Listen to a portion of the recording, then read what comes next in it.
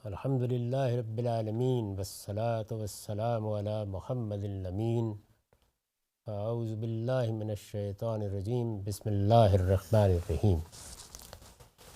خواتین و حضرات، ہم میزان حصہ اول میں ایمانیات کے باب کا مطالعہ کر رہے ہیں۔ اس میں سنن الہیہ زیر بحث ہے۔ ایک مرتبہ پھر یاد دہانی کرا دوں کہ سنن الہیہ کا مطلب ہے اللہ تعالیٰ کے وہ طریقے جن کو سامنے رکھ کر وہ انسانوں کے ساتھ معاملہ کرتے ہیں۔ یعنی انہوں نے یہ دنیا بنائی ہے، اس میں مادے کے ڈھیر ہیں، سیارے ہیں، ستارے ہیں، کہکشانے ہیں، لیکن اس زمین پر ہم ایک باشعور مخلوق کی حیثیت سے پیدا کیے گئے ہیں۔ ہمارے ساتھ ہمارا پروردگار کن طریقوں سے معاملہ کرتا ہے، اس کو قرآن مجید سنت اللہ سے تعبیر کرتا ہے۔ اللہ کی سنت، اللہ کا طریقہ۔ اس میں پہلی چیز زیر بحث آ چکی ہے، ابتلا۔ یعنی اللہ تعالیٰ نے ہمیں یہاں بھیج کر اس دنیا کو ہمارے معاملے میں عدل پر استوار نہیں کیا، انصاف پر قائم نہیں کیا، بلکہ ابتلا کا اصول اختیار کیا ہے، امتحان کا۔ دنیا میں جو انسان بھی آنکھ کھولتا ہے اس کو ہر لحظے یہ امتحان درپیش ہے۔ اس پر ہم بہت تفصیل کے ساتھ بات کر چکے ہیں۔ اب دوسری چیز کیا ہے؟ ہدایت و ضلالت۔ یعنی اللہ تعالیٰ اس دنیا میں ہمیں جس امتحان میں ڈالے ہوئے ہیں اس میں یا ہم ہدایت کا راستہ اختیار کریں گے یا راستہ بھٹک جائیں گے۔ تو راستہ بھٹک جانے کو ہم اپنی زبان میں گمراہی سے تعبیر کرتے ہیں، عربی زبان میں اس کے لیے ضلالت کا لفظ ہے۔ ہدایت و ضلالت یعنی ہدایت تک پہنچنے یا گمراہ ہو جانے کا کیا قاعدہ ہے، یہ ہم اس سے پہلے اس باب کے مقدمات میں پڑھ چکے ہیں کہ اللہ تعالیٰ یہ کہتے ہیں کہ میں ہدایت دیتا ہوں، میں گمراہی میں ڈال دیتا ہوں۔ اس کا کیا مطلب ہے؟ وہ بات کس سیاق میں کہی جاتی ہے؟ قرآن مجید جب یہ کہتا ہے تو کس قانون کی طرف اشارہ کرتا ہے؟ اب ذرا ہم تفصیل سے اس کو دیکھیں گے۔ میں نے لکھا ہے اس ابتلا میں انسان سے تقاضا کیا گیا ہے۔ یعنی دیکھیے، پہلی جو سنت تھی وہ کیا تھی کہ اللہ تعالیٰ ہمارے لیے ایک امتحان برپا کیے ہوئے ہے۔ پیدائش سے لے کر موت تک ہم اس امتحان سے گزرتے ہیں۔ عربی زبان میں اس کے لیے ابتلا کا لفظ استعمال ہوتا ہے۔ یہ چونکہ سنن الہیہ کا بیان ہے تو اس میں کوشش یہ کی گئی ہے کہ تعبیرات وہی لی جائیں جو زیادہ تر قرآن مجید نے اختیار کی۔ اس ابتلا میں، یعنی یہ جو امتحان ہے جس میں ہمیں ڈال دیا گیا ہے، اس ابتلا میں انسان سے تقاضا کیا گیا ہے کہ گمراہی سے بچے اور اپنے لیے ہدایت کا راستہ اختیار کرے۔ یعنی یہ ابتلا یا امتحان اصل میں برپا ہی اس لیے کیا گیا ہے کہ یہ دیکھنا ہے کہ کون ہدایت کا راستہ اختیار کرتا ہے اور کون گمراہی کا راستہ اختیار کرتا ہے۔ قرآن نے بتایا ہے کہ یہ ہدایت اس کی فطرت میں ودیعت ہے۔ یعنی وہ ہدایت جس تک انسان کو یہاں پہنچنا ہے وہ اپنے پوٹینشل کے لحاظ سے فطرت کے اندر رکھ دی گئی ہے۔ یعنی ایسا نہیں ہے کہ انسان کو اس تکلیف میں مبتلا کیا گیا ہے کہ وہ خارج میں کوئی چیز ڈھونڈ کر لائے، اس کی حقیقت اس کے اندر ڈال دی گئی ہے۔ اب اس کو پہچاننا، اس کو پہچان کر اس کی تفصیلات کو متعین کرنے کی کوشش کرنا، اور وہ اگر کہیں سے مل رہی ہوں یا اللہ تعالیٰ کی طرف سے آ رہی ہوں تو ان سے اپنا ربط و تعلق صحیح طریقے سے استوار کرنا، یہ وہ عمل ہے جو انسان کو اس معاملے میں اختیار کرنا پڑتا ہے۔ قرآن نے بتایا ہے کہ یہ ہدایت اس کی فطرت میں ودیعت ہے۔ یعنی پہلے تو اللہ تعالیٰ نے جب ابتلا میں ڈالا، امتحان میں ڈالا، تو وہ چیز جس کو انسان کو تلاش کرنے کے لیے جانا ہے وہ اس کے اندر رکھ دی۔ اس کا امکان تھا کہ ایک انسان کسی جنگل میں پیدا ہو، اس کو اچھا ماحول نہ ملے، اس کے گرد و پیش میں اچھے لوگ نہ ہوں، اس کو شیطنت اپنی طرف کھینچنے کے لیے دام لگائے بیٹھی ہو، اس کے اندر رکھ دیا سب سے پہلے۔ یعنی وہ ایسی جگہ ہے جہاں سے کوئی چور بھی اسے چرا نہیں سکتا، اس کے اندر رکھ دیا۔ پھر شعور کی عمر کو پہنچنے کے بعد زمین و آسمان کی نشانیاں اس کی طرف اسے متوجہ کرتی ہیں۔ یعنی اس کے بعد دوسرا اہتمام کیا کیا کہ ہدایت اندر رکھ دی۔ وہ جو الہام ہے وہ ہمارے اندر موجود ہے، اس کو قرآن مجید نے کئی جگہوں کے اوپر بیان کیا۔ انا ہدینہ السبیل، راستہ دکھا دیا۔ انا ہدینہ النجدین، دونوں راستے واضح کر دیے، ہدایت کا راستہ، ضلالت کا راستہ، گمراہی کا راستہ، صحیح راستہ، اہدنا الصراط المستقیم میں جس کی آپ دعا کرتے ہیں۔ تو وہ آپ کے اندر رکھ دیا، اور جب اس کو اندر رکھ دیا تو اب ظاہر ہے کہ اس کی طرف متوجہ کرنے والی چیزیں ہونی چاہیے، کیونکہ جو چیز بالقوہ اندر موجود ہوتی ہے، انسان کو بنایا اس طرح گیا ہے کہ اس کے گرد و پیش کی چیزیں متوجہ کرتی ہیں تو وہ اس کو دریافت کرتا ہے۔ اس کی بہت ہی سادہ مثال انسان کا جنسی جذبہ ہے۔ بھوک اور پیاس کی جبلت تو فوراً انسان کو اپنی گرفت میں لے لیتی ہے، لیکن یہ اندر موجود ہے، اس کا ظہور بھی باطن سے ہوتا ہے، لیکن گرد و پیش کا ماحول اس کی طرف متوجہ کرنے کا کام کرتا ہے۔ تو پھر شعور کی عمر کو پہنچنے کے بعد زمین و آسمان کی نشانیاں اس کی طرف اسے متوجہ کرتی ہیں۔ یعنی اب وہ دیکھتا ہے کہ یہ کائنات ہے، میرے گرد و پیش میں ہے، اس میں اللہ تعالیٰ کی کن کن نعمتوں کا ظہور ہوا ہے، اس کے اندر کیا کیا نشانیاں ہیں۔ جو آدمی بصیرت کی نگاہ رکھتا ہو تو ہر وقت اس کا احاطہ کیے ہوئے ہیں، یہ سب چیزیں پھر اسے متوجہ کرتی ہیں۔ یعنی پکڑ کر تو صحیح راستے پر نہیں لے آتی، لیکن توجہ دلاتی ہیں۔ وہ کسی نے کہا ہے نا کہ اگر آدمی چاہے اور بصیرت کی نگاہ ہو تو ہر ورقے کر دفتری معرفت کردگار، ایک درخت کا پتا وہ بھی آپ کو خدا تک پہنچانے کا ذریعہ بن جاتا ہے۔ تو ہر چیز میں اللہ کی نشانیاں ہیں، وہ اس نے رکھتی ہیں۔ پھر شعور کی عمر کو پہنچنے کے بعد زمین و آسمان کی نشانیاں اس کی طرف اسے متوجہ کرتی ہیں۔ انسان اگر اس ہدایت کی قدر کرے، اب یہ ہے اصل میں وہ قانون کہ جو کچھ اندر رکھا گیا ہے، کیا انسان نے اس کی قدر کی؟ کیا گرد و پیش میں جو نشانیاں رکھی گئی ہیں اس نے ان کو ایک نعمت سمجھ کر ان سے بصیرت حاصل کرنا چاہیے؟ معاف کیجیے، انسان اگر اس ہدایت کی قدر کرے، اس سے فائدہ اٹھائے، یعنی اس کے اندر اس ہدایت کو پانے کی سچی طلب ہو، وہ محسوس کرے کہ یہ میرے اندر سے جو آواز آ رہی ہے مجھے اس کے سننا چاہیے، یہ میرے پروردگار کی ایک بڑی نعمت ہے جو مجھے حاصل ہوئی ہے۔ اس کے گرد و پیش کی کائنات میں جو نشانیاں موجود ہیں ان کو بھی وہ اس زاویے سے دیکھنا چاہے۔ قدر کرنے کا مطلب یہ ہے، انسان اگر اس ہدایت کی قدر کرے، اس سے فائدہ اٹھائے اور خدا کی اس نعمت پر اس کا شکر گزار ہو، یہ وہ چیز ہے جو پہلے قدم پر انسان سے متقاضی۔ پہلا تقاضا یہی ہے کہ میں نے جو کچھ پروردگار کہتا ہے تمہارے اندر ودیت کر دیا ہے، تمہارا اس کے بارے میں رویہ کیا ہے۔ ہر انسان کے اندر سے وہ آواز اٹھتی ہے۔ انسان اگر اپنا جائزہ لے اور اپنے باطن میں نگاہ ڈال کر دیکھے تو ایک غیر معمولی سمندر ہے جو ٹھاٹھے مار رہا ہے، جس میں جس طرف بھی آدمی دیکھے ہدایت ہی کا اہتمام ہے، لیکن وہ اس کی طرف عام طور پہ متوجہ نہیں ہوتا۔ یعنی اس کے باطن میں کیا شخصیت موجود ہے، اس کا باطن کس طرح اس کو صحیح اور غلط کی تمیز بخشتا ہے، اس کا باطن کس طرح اخلاقی اصولوں کے بارے میں ہر قدم پر اسے متوجہ کرتا ہے، اس کا باطن کس طرح اس کی اپنی احتیاج اس پر نمایاں کرتا ہے کہ میں کس طرح سے ایک بالکل بے یار و مددگار ہستی ہوں۔ اپنے باطن کا جب انسان تجزیہ کرتا ہے تو اپنے ضعف، اپنی احتیاج اور اپنے مخلوق ہونے کو پہچانتا ہے۔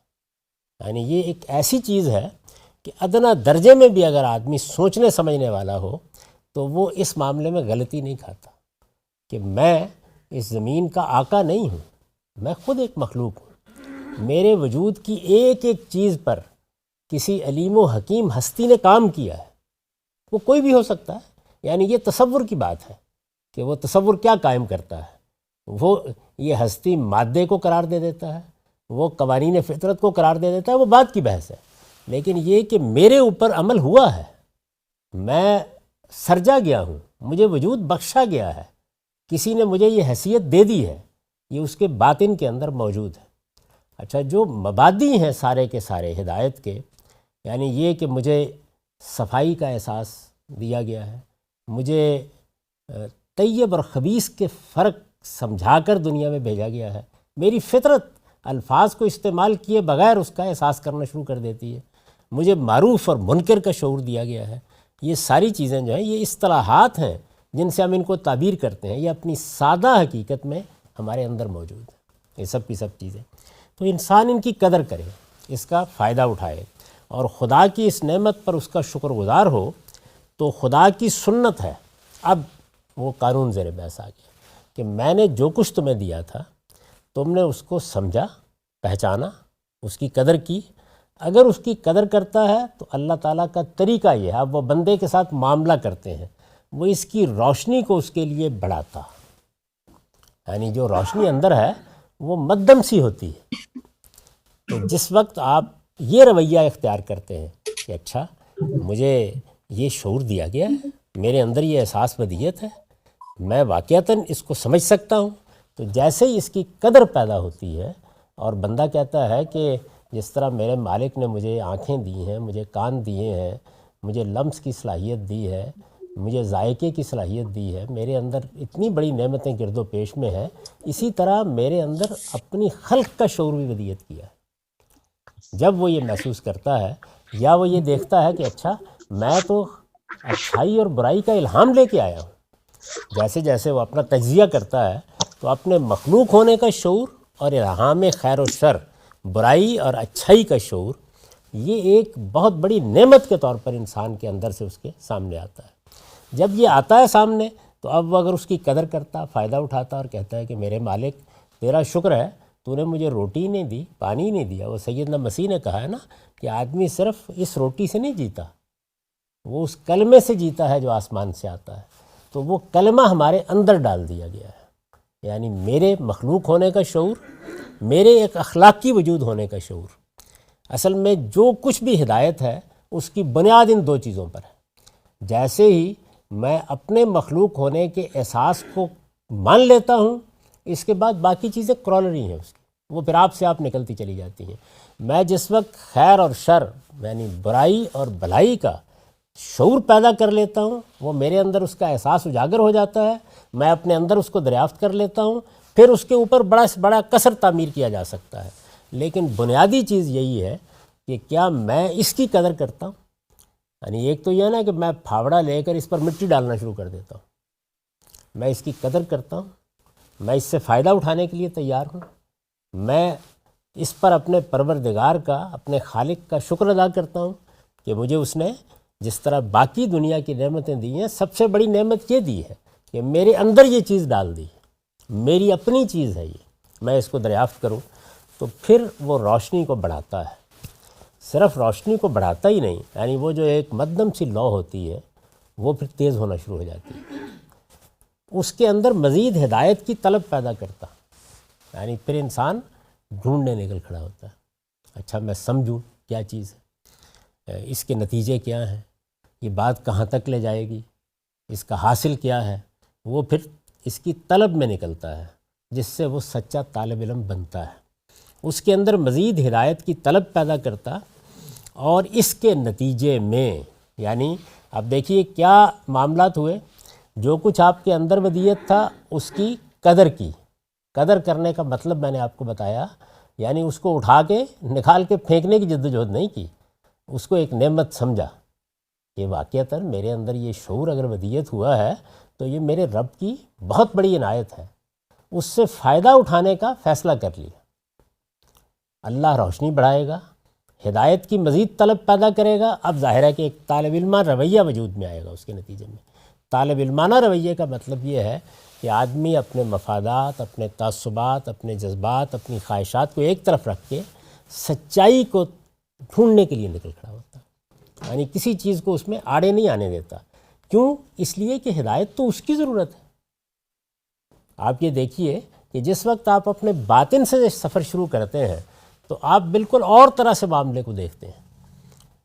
ظاہر کا مطلب تو یہ ہے کہ آپ کو جو کچھ گرد و پیش کے ماحول نے دے دیا، آپ کے والدین نے دے دیا، آپ کے معاشرے نے دے دیا، آپ کے اساتذہ نے دے دیا، آپ اس کی مدافعت میں نکل کھڑے ہوئے، آپ ان تعصبات کے اسیر ہو کے رہ گئے، اور اندر سے بات شروع ہوئی تو آپ کی اپنی طلب ہے جس کے لیے آپ جد و جہد کرنے کے لیے نکلے۔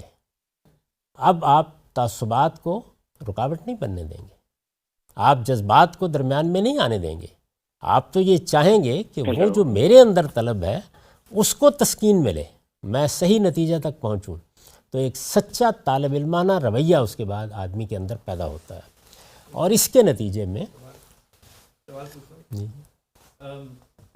کیونکہ انسان ایک عقلی وجود ہے اور بڑا لاجیکلی سوچتا ہے، تو یہ جو بات جو آپ بتا رہے ہیں تو یہ تو بڑی سادہ بات ہو جاتی ہے کہ ہر کوئی ہدایت پا لیتا، کیونکہ وہ لاجیکلی وہ اس کے اندر سے ایک طلب اٹھ رہی ہے اور وہ گرد و پیش سے دیکھ رہا ہے۔ تو یہ اتنا مشکل تو نہیں ہوتا کہ لوگوں کو ہدایت کے لیے اللہ تعالیٰ کو یہ انبیاء اور رسول بھیجنے پڑتے اور اتنے سارے علماء بھی سکھا رہے ہوتے ہیں لوگوں کو، مگر لوگوں کی سمجھ میں نہیں آ رہی ہوتی بات۔ تو اتنی لاجیکل بات تو لگتی نہیں ہے کہ پریکٹیکلی یہ جو میں نے ابھی عرض کیا وہ یہ کہ ہدایت تو آپ کے اندر موجود ہے، یعنی اپنی روح میں موجود ہے، بالقوہ موجود ہے۔ ہدایت کی دونوں بنیادیں اتنی بدیعی ہیں کہ عالمگیر صداقت کی صورت اختیار کر گئیں، یعنی انسان کے اپنے مخلوق ہونے کا احساس اور الہام خیر و شر۔ لیکن کیا سب لوگ اس کی قدر کرتے ہیں؟ اس سے فائدہ اٹھانے کے لیے تیار ہوتے ہیں؟ اس کو واقعی ایک نعمت سمجھتے ہیں؟ ایسا نہیں ہے۔ اس وجہ سے یہ سفر بہت آسان ہے، لیکن اس کے گرد و پیش جیسے ہی ہم شعور کی عمر کو پہنچتے ہیں تو ہمارے جذبات، ہمارے مفادات، ہمارے تعصبات کی ایک پوری دنیا غنیم کی طرح حملہ آور ہو جاتی ہے۔ یہ وہ مشکل ہے، یعنی چونکہ اس ہدایت کی اگر قدر کریں تو میں ایک سادہ مثال دے دیتا ہوں۔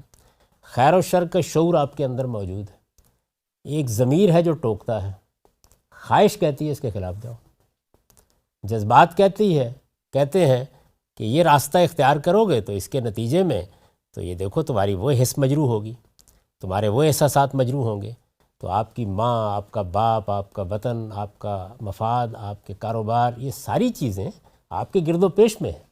تو یہ دنیا جو ہے یہ محض عقلی دنیا نہیں ہے، یعنی عقل تو اپنا کام کرتی ہے لیکن اس کے ساتھ بے شمار چیزیں ہیں کہ جو آدمی کو ہیجان میں مبتلا کر دیتی ہیں، وہ ہیں جو رکاوٹ بنتی ہیں۔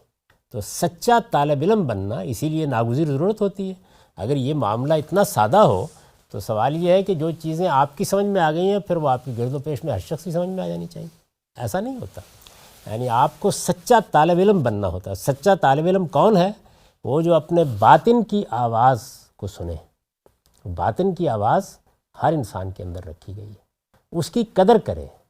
وہ یہ کہے کہ نہیں، مجھے حق کا سچا طالب بن کر ہی دنیا میں زندگی بسر کرنی ہے، یہ سچائی ہے جس کے لیے مجھے جانا ہے۔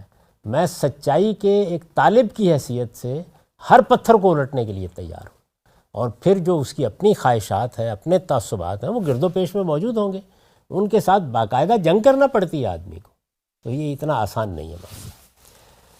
اللہ تعالیٰ کیا کرتے ہیں؟ یعنی جس وقت انسان کا رویہ قدر کرنے کا ہو جاتا ہے، یعنی وہ قدر کرنے کا رویہ اس کو اگر سادگی سے بیان کیجئے تو وہ گویا جو چیز اس کے اندر ودیت ہے اس کی روشنی کو بڑھانے، اس کے نتائج تک پہنچنے کے لیے اس کے اندر سچی طلب پیدا ہو جاتی ہے۔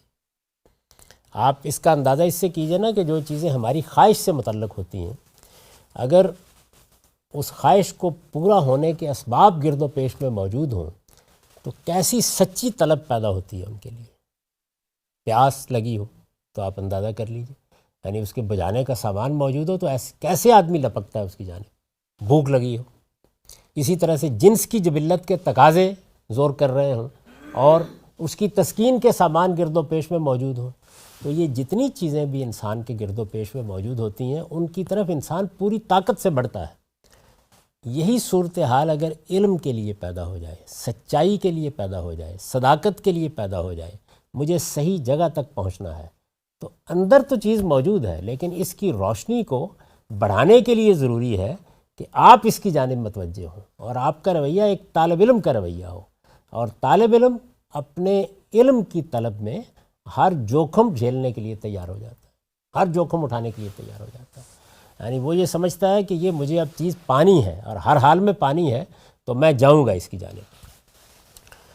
تو اللہ کیا کرتے ہیں، جیسے ہی یہ رویہ پیدا ہوتا ہے وہ اس کی روشنی اس کو اس کے لیے بڑھاتا، اس کے اندر مزید ہدایت کی طلب پیدا کرتا، اور اس کے نتیجے میں یعنی یہ سب آپ کریں گے، یہ انسان نے کرنا ہے، ایک طالب علم کی حیثیت سے کرنا ہے، یہ وہ کرتا ہے، اور اس کے نتیجے میں انبیاء علیہم السلام کی لائی ہوئی ہدایت سے اس کو بہرہ یاب ہونے کی توفیق عطا فرماتا ہے۔ یعنی اب آپ پیغمبروں کی ہدایت سے فیض یاب ہوں گے۔ اگر یہ پہلی چیزیں نہیں ہیں تو کوئی پیغمبر بھی ہدایت نہیں دے سکتا۔ مجھے بالکل کوئی آواز نہیں آ رہی۔ یہ کیا مسئلہ ہے؟ اور اس کے نتیجے میں انبیاء علیہم السلام کی لائی ہوئی ہدایت سے اس کو بہرہ یاب ہونے کی توفیق عطا فرماتا ہے۔ اب دیکھیے کہ آپ نے کیا کیا، آپ نے یہ کیا کہ جو اندر ہدایت موجود تھی اس کی قدر کی، اس سے فائدہ اٹھایا، خدا کی اس نعمت کے شکر گزار ہوئے، خدا کی سنت اس کے بعد روبہ عمل ہو گئی۔ یعنی اب چونکہ آپ نے ہدایت پانے کی شرائط پوری کر دی ہیں، تو اب اس نے ہدایت دینے کا عمل شروع کر دیا۔ تو وہ ہدایت دینے کا جو عمل ہے وہ کیسے ہوگا؟ وہ روشنی جس کی لو بڑی مدھم سی ہوتی ہے وہ بڑھانا شروع کر دیتا ہے، آپ کے اندر ہدایت کی خود طلب پیدا کرتا ہے کہ اچھا میرے بندے نے اس کی قدر کی ہے، تو اب میں اس کو اس جانب توجہ دلاؤں گا۔ اس کے نتیجے میں ادھر انبیاء کا پورا سلسلہ موجود ہے، تو اس ہدایت سے اب آپ کو بہرہ یاب ہونا ہے، اب آپ تلاش کرنا شروع کرتے ہیں، تو وہ دنیا میں آپ کو پھر وہ ہدایت ملتی ہے، اس سے پھر آپ بہرہ یاب ہو جاتے ہیں۔ یہ سنت اللہ ہے، یہ اللہ کا قانون ہے ہدایت پانے کے لیے۔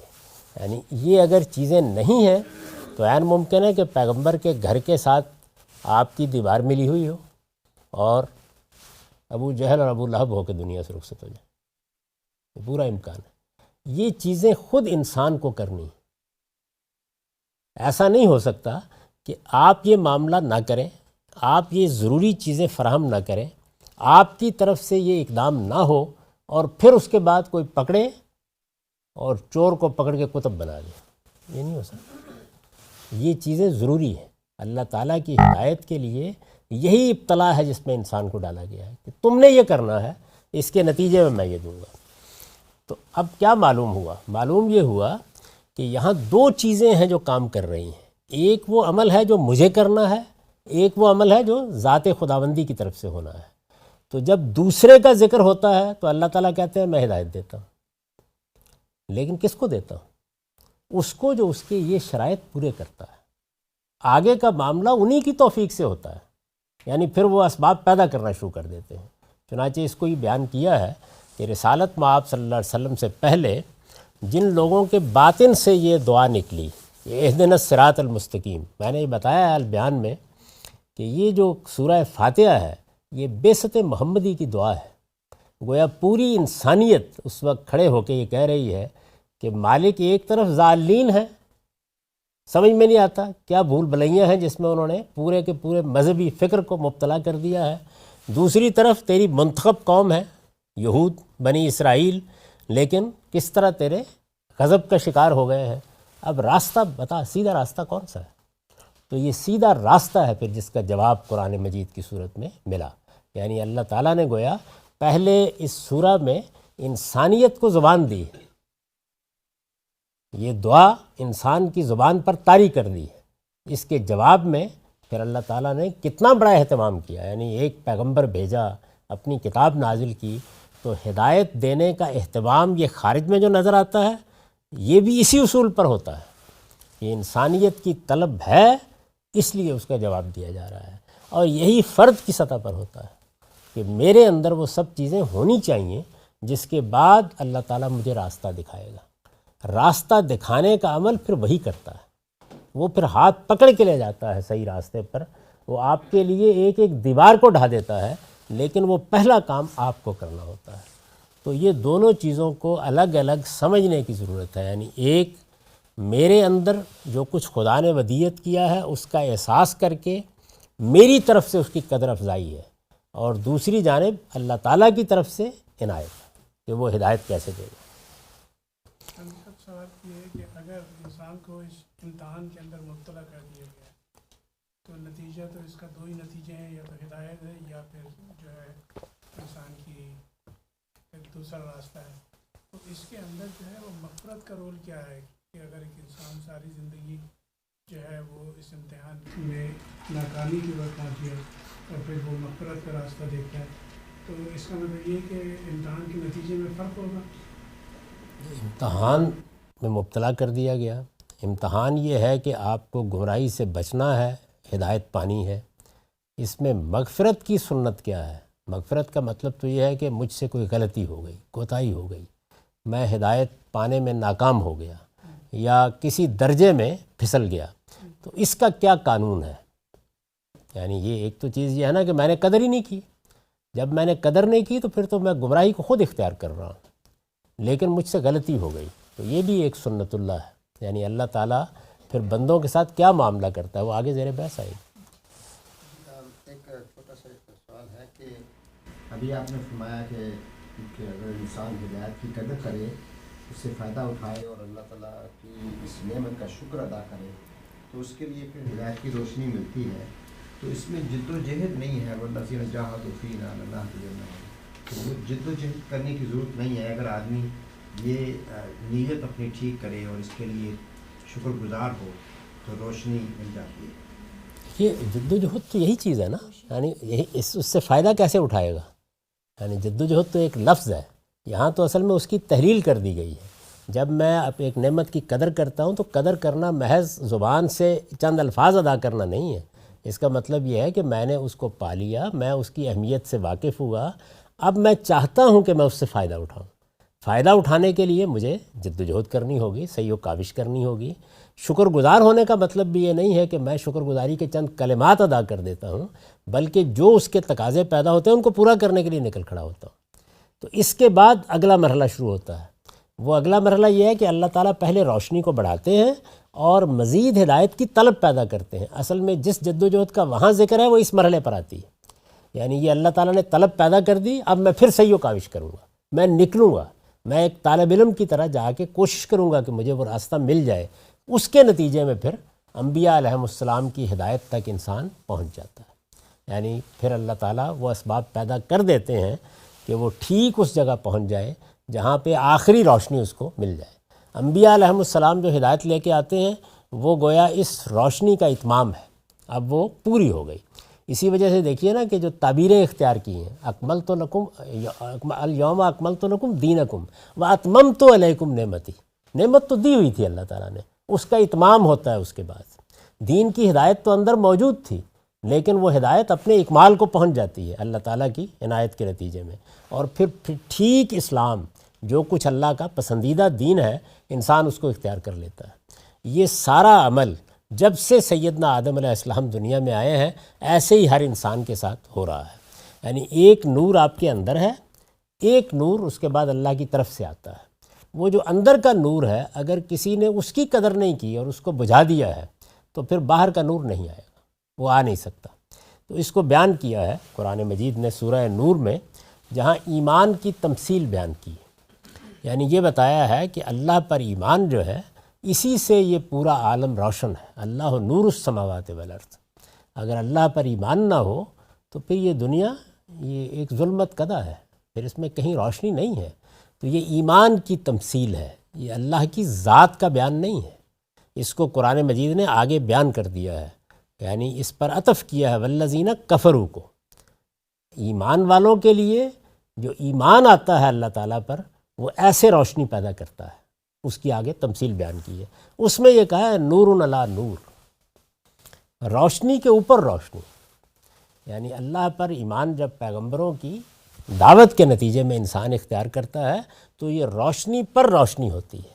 ایک روشنی وہ جو آپ کے اندر ودیت کی گئی تھی، ایک یہ روشنی، اور یہ روشنی جب آتی ہے تو پھر اس کے بعد اس کی تمثیل وہ ہے جو سورہ نور میں بیان ہوئی، یعنی اس کے نتیجے میں پھر وہ چمکتا ہوا تارا بن جاتی ہے، پھر وہ ایک فانوس ہے، اس کا شیشہ بھی ہر لحاظ سے صاف ہے، اس کی روشنی بھی چاروں طرف پھیل رہی ہے، پھر اس کی پوری تمثیل کے اجزاء پورے ہو جاتے ہیں۔ نور علی نور، روشنی کے اوپر روشنی، یہد اللہ لنور ہی من یشاء، اللہ جس کو چاہتا ہے اپنی اس روشنی کی ہدایت بخشتا ہے۔ یعنی یہ اب دیکھیے بالکل وہی الفاظ پھر آ گئے کہ اللہ جس کو چاہتا ہے کا کیا مطلب ہے؟ یعنی جو اس کا اہل ثابت ہوتا ہے، جو اس کے تقاضے پورے کرتا ہے، جس کی طرف سے شرائط پورے ہو جاتے ہیں، اس کو پھر اللہ اس روشنی کی ہدایت بخشتا ہے۔ وَيَضْرِبُ اللَّهُ الْأَمْثَالَ لِلنَّاسِ، اللہ یہ تمثیلیں لوگوں کی رہنمائی کے لیے بیان فرماتا ہے، یعنی یہ ساری تمثیل کہ کیسے تمہارے اندر کی روشنی اس روشنی میں تبدیل ہوتی ہے، اللہ پر ایمان کس طرح تمہارے گرد و پیش کی کائنات کو روشن کر دیتا ہے، کس طرح ہر سوال کا جواب مل جاتا ہے، کس طرح یہ ظلمت کدا اپنی تاریکیاں پیچھے بھول جاتا ہے، یہ سب کیسے ہوتا ہے؟ تو یہ فرمایا کہ اس کی یہ مثال ہے، واللہ بکل شیء علیم، اور اللہ ہر چیز سے واقف ہے۔ مطلب یہ ہے کہ یہ جو بات ہے کہ ایسے مجھے دینی ہے روشنی، یہ اللہ کے علم پر مبنی ہے۔ اس نے تمہیں دے کے کیا بھیجا ہے، تمہاری فطرت کے تقاضے کیا ہیں، تمہیں رہنمائی کتنی درکار ہے، تم نے کیا کرنا ہے، اللہ کو کیا کرنا ہے، یہ اس کے علم پر مبنی ہے، اور اس کی مثال یہ ہے۔ مفسرین جو اس نور سے مراد اللہ تعالیٰ کا نور لیتے ہیں، تو آپ اس سے مراد ہدایت کا نور لے رہے ہیں، تو یہ کیسے اس کو؟ یہ تو قرآن مجید کی تفسیر کا مسئلہ ہے، اس کو ہم نے یہاں چھیڑ دیا تو پھر بہت دوسری دنیاؤں میں چلے جائیں گے، لیکن یہ کہ یہ تو بالکل ہی غلط بات ہے۔ اللہ تعالیٰ کی ذات جو ہے وہ یہاں زیر بحث نہیں ہے، اللہ تعالیٰ پر ایمان کی روشنی زیر بحث ہے۔ اسی کو دوسری جگہ بہت سے موقعوں پر بیان کیا ہے، بتا دیا ہے، قد جاءکم من اللہ نور و کتاب مبین میں بھی یہی بات ہے، یعنی اللہ کی روشنی جب آتی ہے تو وہ بھی نور ہے، جو پیغمبر لے کے آتے ہیں وہ بھی نور ہے۔ تو یہ نور اس معنی میں استعمال ہوا ہے کہ اللہ پر ایمان کی مثال ہے۔ اس کی دلیل کیا ہے؟ اس کی دلیل یہ ہے کہ اس کے اوپر عطف ہوا ہے والذین کفروا کا، یعنی ایک طرف اہل ایمان ہے وہ اس طرح سے یہ روشنی پاتے ہیں، اور ایک طرف منکرین ہیں وہ اس طرح سے تاریکی میں الجھ جاتے ہیں۔ اس پر مولانا امین احسن اصلاحی نے بڑی تفصیلی بحث تدبر قرآن میں کر دی ہے، لیکن وہ پھر تفسیر کی بحث ہے۔ فی الحال تو یہ بتانا مقصود ہے کہ نور علی نور کا مطلب کیا ہے، یعنی ایک نور جو آپ کے اندر موجود تھا، ایک نور جو اللہ کی طرف سے ملا، ایک روشنی جو آپ کو دے کر بھیجا گیا تھا، ایک روشنی جو پھر اس نے آپ کی طرف سے اس کی قدر افزائی کے نتیجے میں آپ کو دی ہے۔ اسی سے وہ ساری بحث سمجھ میں آ جائے گی جو آگے ہوگی، اور وہ بحث کیا ہے؟ وہ یہ ہے کہ ہمارے دین کی بنیاد انسانی فطرت پر رکھی گئی، یعنی انسان کی فطرت کے اندر جو اللہ تعالیٰ نے مبادی رکھے ہیں وہی ہیں در حقیقت جن کو آگے بڑھا کے ان کی تفصیلات میں دین وجود میں آ جاتا ہے۔ چنانچہ میں نے تحلیل کر کے یہ بتایا ہے مختلف جگہوں پر کہ دین کی پوری ہدایت کیا ہے۔ میرا ابدیت کا احساس وہ میرے اندر پایا جاتا ہے، اس کے لیے عبادات کا ایک نظام دین بنا کے دے دیتا ہے، یعنی میرے اپنے وجود کی بنیاد کیا ہے، کیا میں اس کائنات کا آقا ہوں، کیا میں خود وجود میں آ گیا ہوں، کیا میں اس دنیا کے اندر بے مہار بھیجا گیا ہوں؟ نہیں، میرے اندر جو ابدیت کا احساس اور شعور رکھا گیا ہے، جیسے ہی اس کو الفاظ ملتے ہیں تو اس کے نتیجے میں ایک فطری داعیہ پیدا ہوتا ہے کہ میرا سر اب کسی معبود کے سامنے جھکنا چاہیے، میں کسی سے دعا کرنا چاہتا ہوں، میں مناجات کرنا چاہتا ہوں، میں اپنی احتیاجات اس کے سامنے پیش کرنا چاہتا ہوں، میرے باطن کا تقاضا ہے، اور پھر اس کے بعد عبادات کے لیے اللہ کا بتایا ہوا طریقہ ہے۔ میرے اندر صاف اور ناصاف کا شعور ہے، طہارت کے تمام احکام اسی پر مبنی ہیں، تطہیر بدن کے۔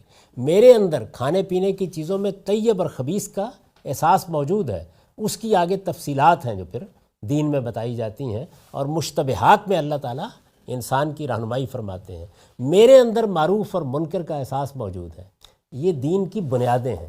ابدیت کا احساس، صاف اور ناصاف کا احساس، طیب اور خبیث کا فرق، یہ میری فطرت ہے، اور معروف اور منکر، اس کے اوپر پوری کی پوری شریعت اور پورا کا پورا دین کھڑا ہے۔ میں اس روشنی کا احساس نہیں کرتا۔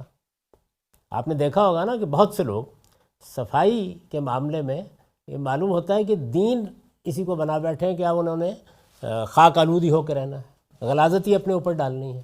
تو یہ چیز فطرت سے انحراف کی صورت میں سامنے آتی ہے. لیکن بحثیت مجموعی انسان صاف اور ناصاف کا بڑا پاکیزہ شعور رکھتے ہیں، پوری دنیا میں رکھتے ہیں، عالمگیر سطح پہ رکھتے ہیں، طیب اور خبیث کا شعور رکھتے ہیں. کہیں کہیں اس سے انحراف ہوتا ہے.